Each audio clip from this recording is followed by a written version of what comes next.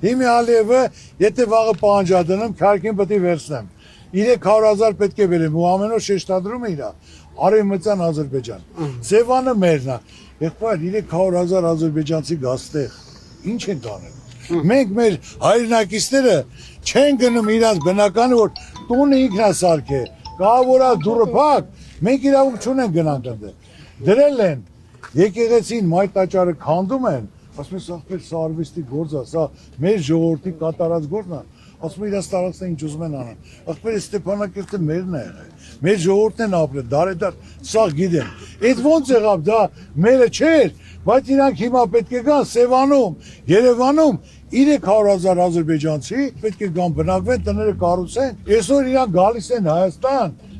Թալինով, Արագածովով, որ էս մեր տունն է, բայց հենց թող փորձի մի հատ հայ գնա Բաքու, ասի որ էս իմ հոր տունն է, որ ամբողջ Բաքուն հայրն են կառուցել։ Սա արվեստի, մշակույթի, ճարտարապետական գործերը, սա հայրն են կատարել։